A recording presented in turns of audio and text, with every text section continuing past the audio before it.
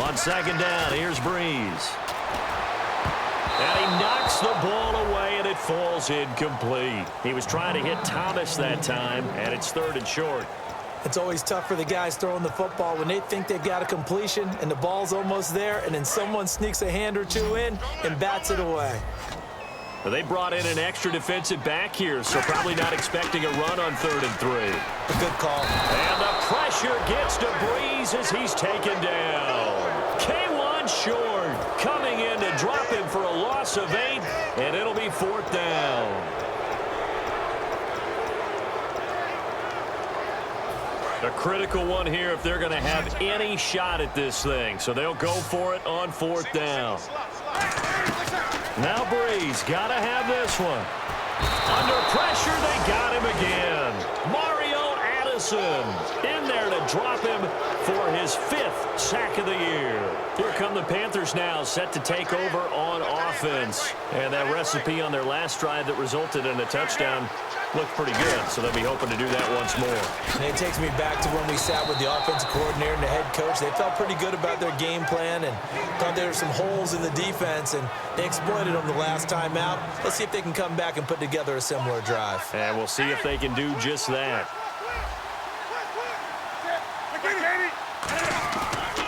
Jonathan Stewart, his 20th carry. And they're going to lose some on this play. Being knocked back to the 18. They'll wind up losing 3. And now it's 3rd down. So they're behind the chains as the offense. 12 yards needed on 3rd down. From the gun on 3rd down, Newton. And the tight end Olsen, right side. Good defense holds him to only a yard, and it'll be 4th down. So they'll turn to the kicker again. He's been a busy man thus far. From the right hash, just a 34-yard attempt. And Gano's kick is right through. And that will push this lead up to 20 now. So it's 3 more points, and that widens things out even further here in the 4th. Hey, in this league, you can never have too much. So if you're in range, grab the 3 whenever you can. This fielded a few yards into the end zone. And he'll take this up past the 20 and down at the 22-yard line. The Saints coming out now to take the field. And on that last drive, went for it on 4th, turned it over. A good job by their defense, though. They held them to 3, but this offense, they've got to be a little bit better, a little bit more careful here.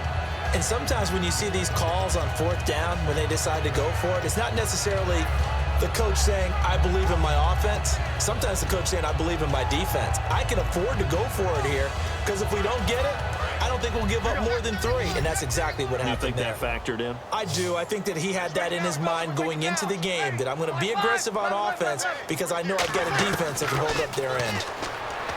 Breeze going to throw. And that's caught inside the 30. Touchdown, New Orleans. Brandon Cooks, 78 yards. And the Saints get a bit closer. Well, if you've got him in your fantasy league, you like his production, his 2nd touchdown of the game. But right now, his team is trailing.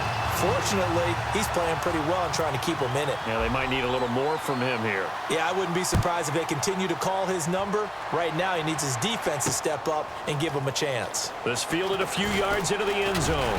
They'll bring it back to just about the 25, call it the 24-yard line. And the Panthers coming out now.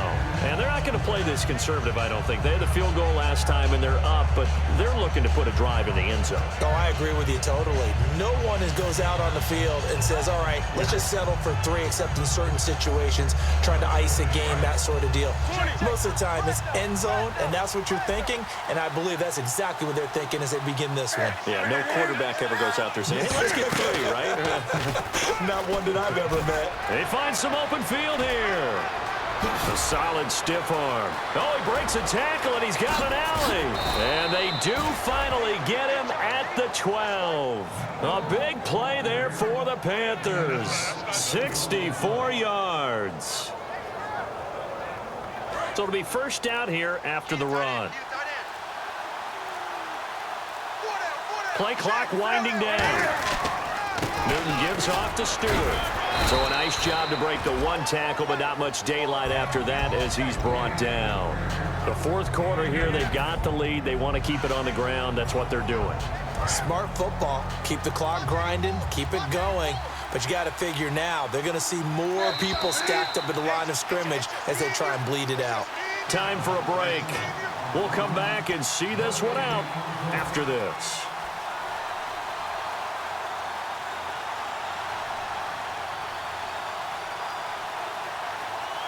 So the offense looking at a 2nd and 8.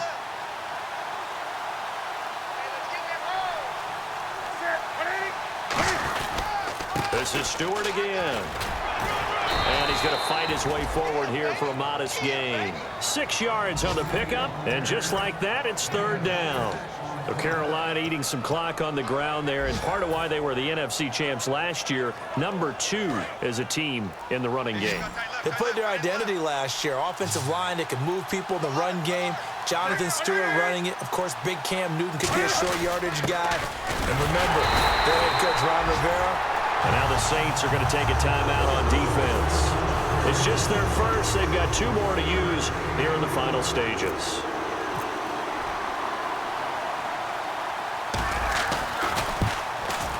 And Gano's kick is right through. And that will swell the lead to 16. So yet another field goal to end a drive. That has been a very common theme. He's now hit 5 of them in this game. Yeah, Brandon, as an offense, you hate that you've had to call on your kicker so often, but you have to love the fact that time and time again, he's come through. Out onto the field comes New Orleans. And last time the formula was pretty simple. 1-play drive, long pass. That maybe they just want to do that again, right?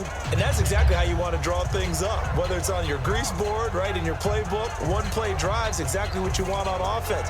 What they have to be careful of is not having a letdown. It was real easy last time. They can't expect that going forward. Yeah, we'll see if it's that easy here. Here's Breeze to throw. Surveying the field. He's got his man on the crossing route. A good pickup there of 20 yards. Looking to jam the receivers at the line here. Press coverage look defensively. And they're going to hurry back to the line now. Breeze now on 1st down. It's caught left side by Cooks. And taking it across midfield and inside the 45. Slant route's effective no matter who's running the route and catching the ball. But when you have a receiver of that stature, you have to be a little bit more precise throwing it. You don't have the same catch radius with the bigger targets. Brandon Cooks, the receiver he was going after. And that'll bring up 2nd down.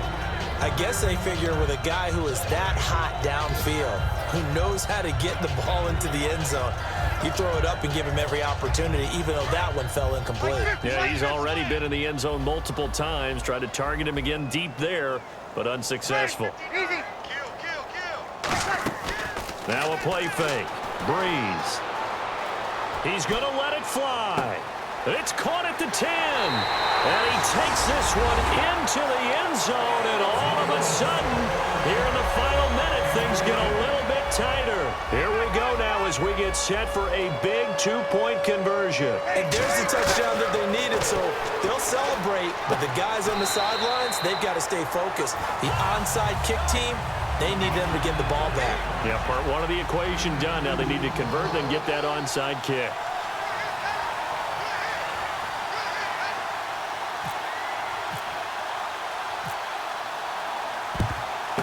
And this is going to be recovered by the hands team. And that should just about put a capper on this one. Well, 4th quarter, they felt like they needed the football back. Unfortunately, they couldn't get it. And I know we brought analytics into the game, and someone has said here that the data says that when a team's expecting an onside kick, 80% of the time, the team expecting it, they do actually recover the ball, which is what we saw here. I just wonder if that number is much more of a anecdotal type of a number. Kind of like when the coaches tell us, well, when you score on special teams, 93% of the time you win the game. I'm still waiting to see that number is empirical.